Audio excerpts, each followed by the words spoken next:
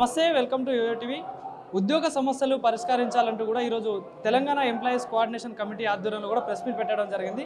So మరి మనతో పాటు మాట్లాడడానికి శాసన మండలి మాజీ చైర్మన్ స్వామిగౌడ్ గారు ఉన్నారు. అన్న నమస్తే. సో ఏంది ఉద్యోగాలకు సంబంధించిన సమస్యలు ఇంకా పరిష్కారం పరిస్థితి, గవర్నమెంట్లో రాగానే అన్ని పరిష్కారం చేస్తా అని రాష్ట్ర ప్రభుత్వం ఇప్పటివరకు ఏం స్పందన లేదు దాని మీద.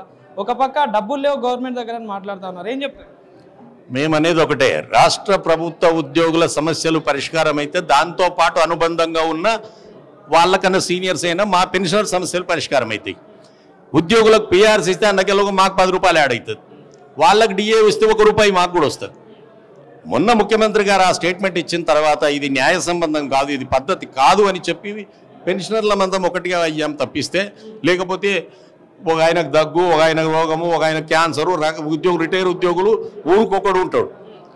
ముఖ్యమంత్రి గారు ఆ స్టేట్మెంట్ ఇచ్చిన తర్వాత రేపు మనమంతా మాట్లాడకపోతే మన ఉద్యోగ సంఘాలకు సపోర్ట్ దొరకది అన్న ఉద్దేశంతో మేమంతా ముందుకొచ్చి మాట్లాడుతున్నాం. మేము కోరేది రాష్ట్ర ప్రభుత్వాన్ని ఒకటే, 5 డిఏలు వెంటనే రిలీజ్ చేయాలి. 10,000 మంది రిటైర్ అయ్యారు, వారి పెన్షనర్ బెనిఫిట్స్ అందజేయాలి. ఆర్టీసీ కార్మికులను ఆర్టీసీ సంస్థనే ప్రభుత్వ సంస్థగా మారుస్తామన్నారు, మీరే ఎన్నికలు హామీ ఇచ్చారు, అది చేయాలి. ప్రతిదీ కూడా వారిచ్చినటువంటి మేనిఫెస్టోలు ఇచ్చిన హామీలను అమలు చేయమంటున్నాం. మేము ఇంకా ఏం కోరటం లేదు ప్రభుత్వం నుంచి. అంటే ఒక పక్క పథకాలు ఇవ్వమంటారా, ఉద్యోగులకు జీతాలు ఇవ్వమంటారా, పెన్షన్లు ఇవ్వమంటారా అని మాట్లాడుతున్నాం. అది పథకాలు ఆపేసి వీళ్ళకి పెన్షన్లు ఇవ్వమంటారా, జీతాలు ఇవ్వమంటారా అని మాట్లాడుతున్నది రాష్ట్ర ప్రభుత్వం. ఆవేదన వాస్తవమే, చాలా ఇబ్బందుల్లో మాట్లాడారు. నేను అడుగుతా ఉన్నాను, ఈ ఇబ్బందులు నిజమే అయితే, నిజంగానే రాష్ట్రాలను దివాలా తీసి ఉంటే, అనావృష్టి వచ్చి ఉంటే, అతివృష్టి వచ్చి ఉంటే, ఏ స్కీమ్ ఆపి మీరు అందాల పోటీలు నిర్వహించారు? ఏ స్కీమ్ ఆపి మీరు మూసి ప్రాజెక్ట్ రన్ చేస్తామన్నారు? ఏ స్కీము సంక్షేమ పథకం ఆపి మీరు 4th సిటీ కడతామన్నారు? ఆ ముక్క దాంట్లోనే చెప్తే బాగుండేది, ఆ ముక్క చెప్పలే. అది న్యాయం కాదు. నిజంగానే రాష్ట్రం దివాలా తీసింది అనుకుందాం, రాష్ట్ర ప్రభుత్వ ముఖ్యమంత్రి ఆవేదన అర్థం చేసుకుంటే దివాలా తీసింది అనుకుందాం. ఇంట్లో కొడుకుకు రొట్టె ముక్క పెట్టడానికి లేదు, ఇంట్లో కిలో బియ్యం గతి లేవు, దివాలా తీసిపోయింది ఇల్లు. మరి 50 మందిని బయటికి వెళ్ళి పిలిచి బిర్యానీ దావత్ ఎట్లు ఇస్తున్నావు? ఇంట్లో ఉన్న కొడుకు సంగతి ఏంది? కొడుకు అడగడా? నిన్న అడిగితేనేమో 1 రూపాయి లేదంటివి, ఈరోజు 50 మందికి బిర్యానీ పెడుతున్నావు ఎక్కడమని అడగడా కొడుకు? అదే ఈరోజు నీ బిడ్డలుగా మేము పెన్షనర్లుగా అడుగుతున్నాం.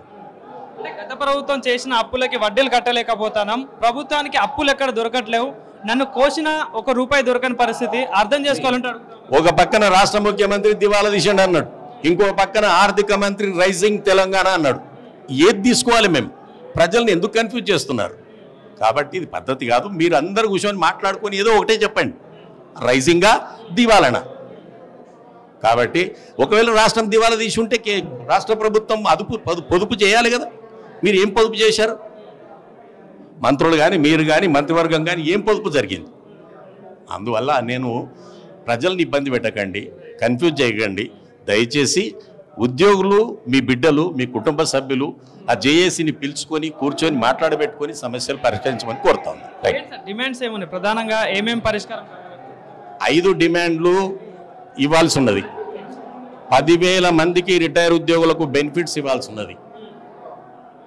రాష్ట్ర ప్రభుత్వ ఉద్యోగులు 3,50,000 మంది పెన్షనర్స్ ఉన్నారు. సింగరేణి కార్మికులు బొక్కలకు పోయి బొగ్గు తీసి అమ్మకానికి పెట్టినటువంటి ఉద్యోగులకు పెన్షన్ రావటం లేదు.